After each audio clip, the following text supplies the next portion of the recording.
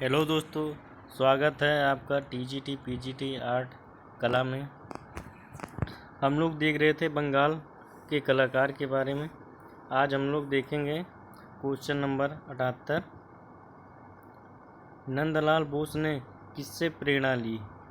नंदलाल बोस ने किससे प्रेरणा ली? तो आंसर कीजिएगा आप लोग।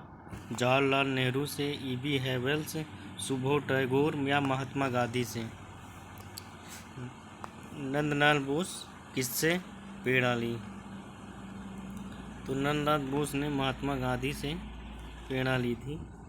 तो ऑप्शन नंबर डी सही हो जाएगा। अगला क्वेश्चन देखेंगे हम लोग।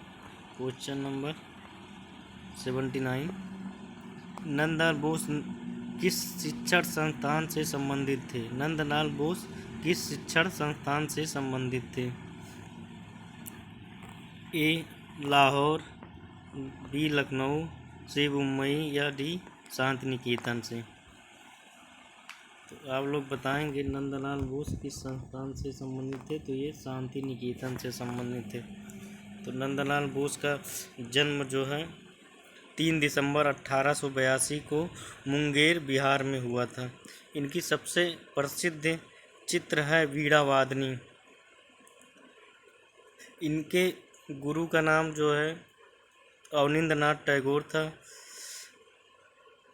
अगला क्वेश्चन देखेंगे हम लोग। निम्न में से वह कौन सा कलाकार था जिसने बंगाल शैली में नवीन प्रयोग किया? निम्न में से कौन सा कलाकार था जिसने बंगाल शैली में नवीन प्रयोग किए? ए एन टैगोर, रविन्द्रनाथ टैगोर, नंदलाल बोस या हलदार। तो ये थे नंदलाल बोस।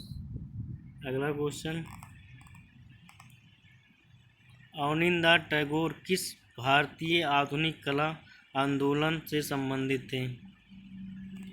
अवनींद्रनाथ टैगोर किस भारतीय आधुनिक कला आंदोलन से संबंधित थे?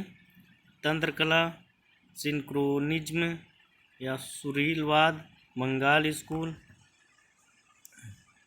तो ये किस आधुनिक आंदोलन से संबंधित थे? तो ये थे बंगाल स्कूल से। Question number 82। Indian society of oriental art नामक संस्था की आधारशिला किसने की? Indian society of oriental art नामक संस्था की आधारशिला किसने रखी? रविन्द्रनाथ टैगोर, नंदलाल बोस, गगनेंद्रनाथ ठाकुर या इनमें से कोई नहीं। Indian society of oriental art तो किसने रखी? आंसर करेंगे आप लोग। Indian society of oriental art संस्था की आधारशिला किसने रखी? तो ये रखी है गगनेंद्रनाथ टैगोर।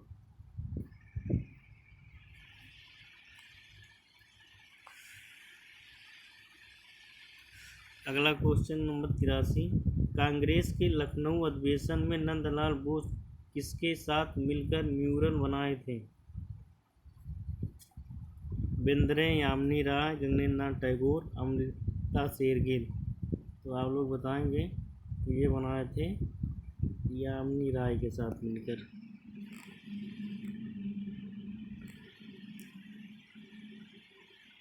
निम्न में से कौन अवनींद्रनाथ ठाकुर के शिष्यों में नहीं है?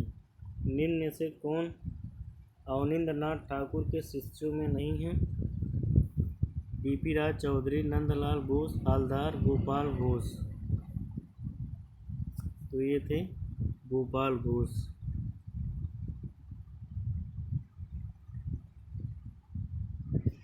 Question number 85। शांति निकेतन में मध्ययुगीन हिंदू संत के भित्ति चित्रों का निर्माण किसने किया? शांति निकेतन में मध्ययुगीन हिंदू संत के भित्ति चित्रों का निर्माण किसने किया? विनोद बिहारी मुखर्जी, के.जी. सुब्रमण्यम, रविन्द्रनाथ टैगोर, नंदलाल बोस। तो इनमें से कौन सही है? तो ये थे विनोद बिहारी मुखर्जी।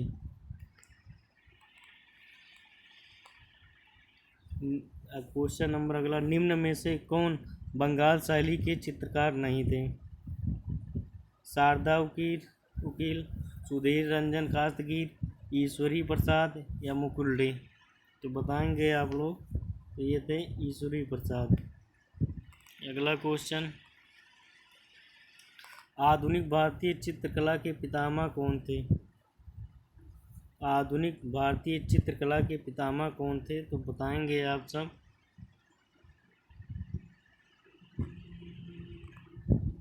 A.N. टैगोर, रविन्द्रनाथ टैगोर, G.S. टैगोर या इनमें में से कोई नहीं? तो ये थे A.N. टैगोर। कलकत्ता आर्ट विद्यालय के प्राचार्य थे? कलकत्ता आर्ट विद्यालय के प्राचार्य थे E.B. हैवल, नंदलाल बोस, हलदार, A.N. मजूमदार? तो ये थे E.B. हैवल। इनमें से कौन असंबद्ध है? KCS Panikkar, Amrita Shergil, A.N. बेंद्रे, मुकुल डे? तो ये थे मुकुल डे। प्रोफेसर मदन लाल नागर थे चित्रकार थे, मूर्तिकार थे, लेखक थे या ग्राफिक कलाकार थे? तो बताएंगे आप सब। प्रोफेसर मदन लाल क्या थे? तो ये चित्रकार थे।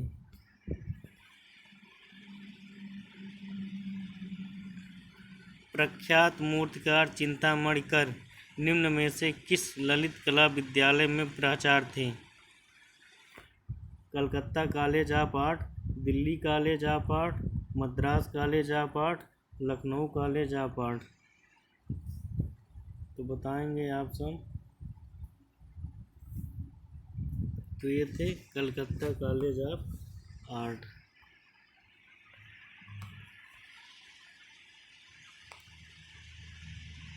क्वेश्चन नंबर 92, पैन एशियनिज्म किससे संबंधित है? एशियाई कला अवधारणा, यूरोपीय कला अवधारणा, पश्चिमी कला अवधारणा, अफ्रीकी कला अवधारणा? तो बताएंगे आप सब।